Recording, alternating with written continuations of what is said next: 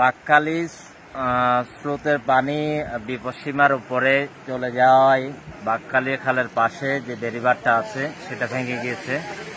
ভেঙে যাওয়াতে ফজলামদিয়া স্কুলের সামনে কিছু অংশ রাস্তার কিছু অংশ পুড়ে গিয়েছে।